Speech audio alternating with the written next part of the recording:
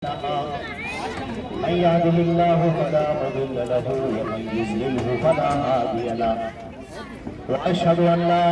اله الا الله واشهد ان محمدا عبده ورسوله اما بعد فاعوذ بالله السميع العليم من الشيطان الرجيم يا ايها الذين امنوا اتقوا الله حق تقاته ولا تموتن الا وانتم مسلمون يا أيها الناس اتقوا ربكم الذي خلقكم من نفس واحدة وخلق منها زوجها وبث منهما رجالا كثيرا ونساء واتقوا الله الذي تساءلون به والأرحام إن الله كان عليكم رقيبا يا أيها الذين آمنوا اتقوا الله وقولوا قولا سديدا يصلح لكم أعمالكم ويغفر لكم ذنوبكم ومن يطع الله ورسوله فقد فاز فوزا عظيما وقال رسولنا محمد نبينا صلى الله عليه وسلم النكاح من سنتي وقال صلى الله عليه وسلم من رغب عن سنتي فليس مني تمام تعریفیں اللہ رب العزت کے لیے ہیں جو ہمارا خالق و مالک ہے، آسمانوں اور زمین کا پیدا کرنے والا اور کل کائنات کا تنہا پالنہار ہے، جو وحدہ لا شریک لہ ہے، اپنے احکامات کو نازل فرماتا ہے، اس پوری کائنات کا خالق ہے، نہ اسے اونگ آتی ہے نہ اسے نیند آتی ہے، وہ رب العالمین ہے، ہر ایک کی ضرورتوں کو پوری کرنے والا، اور وہی تنہا مشکل کشا ہے اور ہر ایک کے اوپر تنہا اور اکیلا نگراں ہے۔ اللہ کی حمد و ثنا کے بعد درود ہو، سلام ہو حضرت محمد مصطفیٰ صلی اللہ علیہ وسلم پر جو خاتم النبیین ہیں، سید الاولین والآخرین ہیں۔ آپ کی ذات پر اللہ نے شریعت کو مکمل فرما دیا ہے۔ اللہ کی رحمتیں اور برکتیں ہوں تمام صحابہ کرام پر، تمام صحابیات پر اور کل مومنات اور مومنین اور مومنات پر۔ حضرات گرامی، آج کی جو محفل ہے یہ محفل نکاح ہے۔ ہمارے پیارے رسول حضرت محمد مصطفیٰ صلی اللہ علیہ وسلم کا طریقہ مبارکہ یہ تھا کہ جب نکاح کی محفل ہوتی تھی تو نکاح کے ایجاب و قبول سے پہلے آپ کچھ نصیحتیں فرمایا کرتے تھے لوگوں کو، دولہا کو، دلہن کو، حاضرین محفل کو، اور آپ عمومی طور پر قرآن پاک کی 3 آیات آپ تلاوت فرماتے تھے۔ وہ 3 آیات جو اللہ کے نبی صلی اللہ علیہ وسلم تلاوت فرماتے تھے، وہ آیت یہ ہے جو ہم نے ابھی آپ کے سامنے تلاوت کی ہے۔ جو پہلی آیت تھی وہ آیت یہ ہے، یا ایھا الذین آمنوا اتقوا اللہ حق تقاتہ ولا تموتن الا وانتم مسلمون۔ اے ایمان والو، اللہ سے ڈرو جیسا کہ ڈرنے کا حق ہے، اور تمہاری موت نہ آئے مگر حالت ایمان میں۔ اس آیت کے اندر اللہ کے پیارے رسول حضرت محمد مصطفیٰ صلی اللہ علیہ وسلم نے ہمیں سب سے پہلے یہ تعلیم دی ہے کہ اے تمام لوگوں، خوشی کا موقع ہو یا غم کا موقع ہو، اللہ کو کبھی مت بھولنا۔ ہمیشہ یاد رکھنا کہ تمہارا خالق و مالک، تمہارا رب، تمہارا پروردگار ایک اللہ ہے جو تمہارے اوپر نگراں ہے اور تمہیں دیکھ رہا ہے۔ اس نے تم کو اس دنیا کے اندر بھیجا ہے اور ہماری زندگی کا ہر لمحہ اور ہر عمل ریکارڈ ہو رہا ہے اور نوٹ کیا جا رہا ہے۔ اور اللہ تعالیٰ نے فرمایا ہے کہ کل قیامت کے دن کلھم آتیہ یوم القیامت فردا، کل بروز قیامت ہر ایک تنہا ہمارے سامنے کھڑا ہو کر اپنا حساب دے رہا ہوگا۔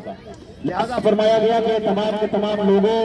اللہ سے ڈرو جیسا کہ ڈرنے کا حق ہے، اللہ سے خوف کھاؤ، اللہ نے جن باتوں کو کرنے کا حکم دیا ہے ان باتوں کو بجا لاؤ، جن باتوں سے اللہ نے منع کر دیا ہے ان باتوں سے بالکل دوری اختیار کرو، اور دیکھو تمہاری موت جب آئے تو حالت ایمان میں موت آئے۔ حالت ایمان کی بڑی فکر کرنا، اس ایمان کو بچانے کی فکر کرنا، ایسا نہ ہو کہ تم کفر میں پڑ جاؤ، شرک میں پڑ جاؤ، بدعات اور خرافات میں پڑ جاؤ،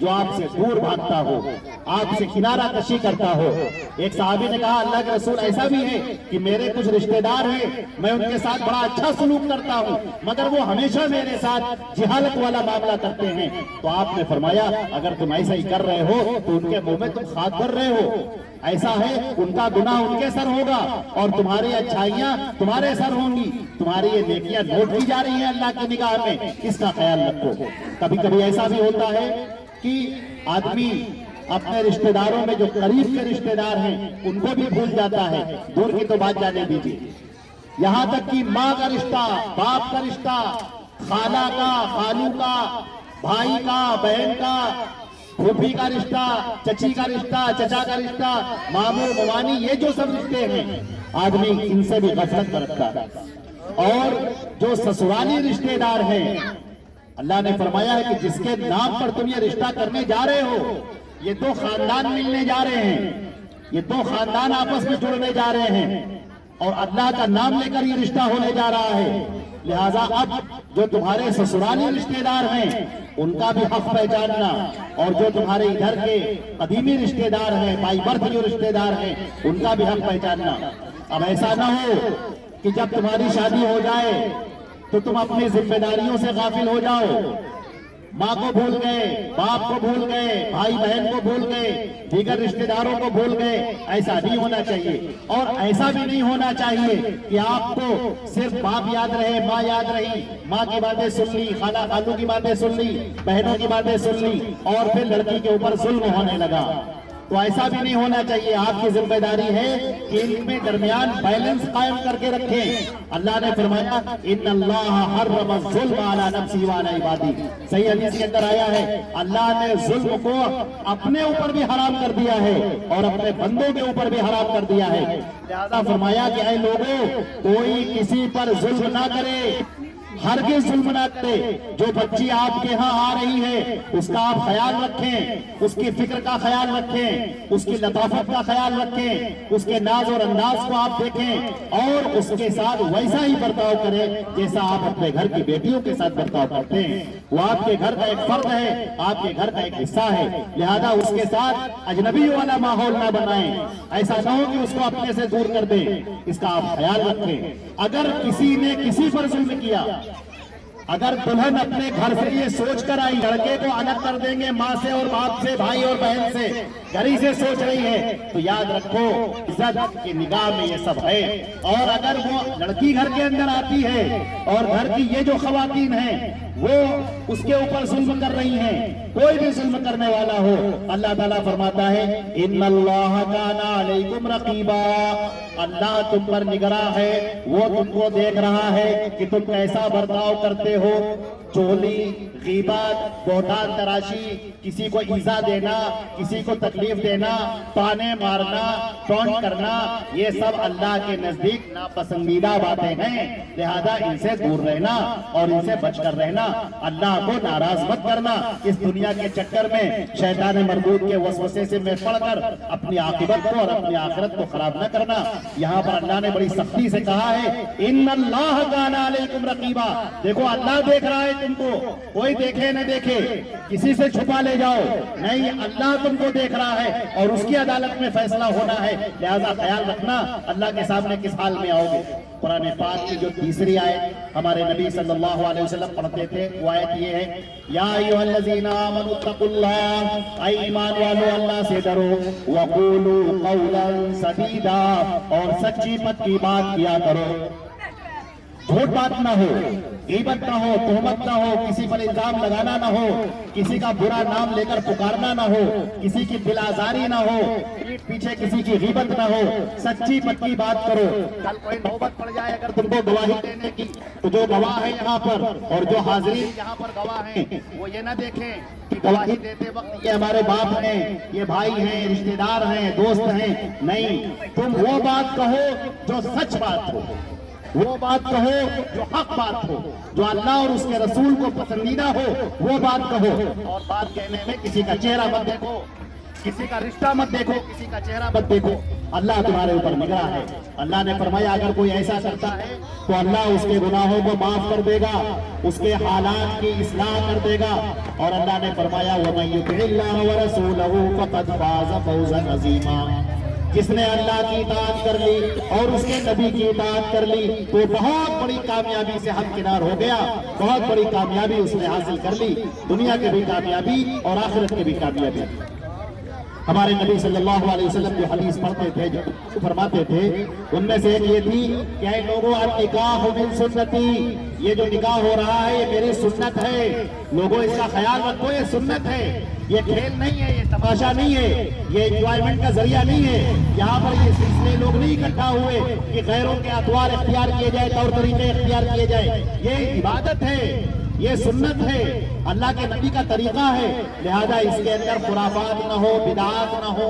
جاہلی ہندوانہ مشرکانہ رسم و رواج نہ ہو۔ جو بہت ساری رسمیں ہوتی ہیں، ہلدی کی رسم ہوتی ہے، مانجھے کی رسم ہوتی ہے، منہ دکھائی کی رسم ہوتی ہے، سلام کرائی کی رسم ہوتی ہے، جو اس طرح کی جو غیر شرعی جاہلانہ رسمیں ہیں، ان رسموں سے دور رہو، یہ نبی کا طریقہ ہے، اس نبی کے طریقے کے مطابق یہ شادی ہونی چاہیے، یاد تو ہونا چاہیے، کوئی ایسا طریقہ نہ آنے پائے جو اللہ اور اس کے رسول کو ناپسند ہو۔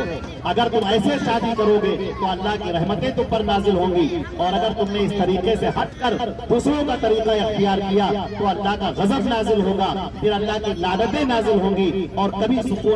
سکون نہیں ملے گا۔ ہمیشہ سکون اللہ رب العزت کی شریعت کی اتباع میں ہے، جس نے اللہ اور رسول کی اتباع کر لی وہ کامیاب ہو گیا۔ نبی کریم صلی اللہ علیہ وسلم نے ایک گفتگو میں ایک ٹکڑا ہے آپ کا، آپ نے فرمایا من رغب عن سنتی فلیس منی، جس نے میری سنت سے اعراض کیا، منہ پھیر لیا، وہ ہم میں سے نہیں، یعنی ہم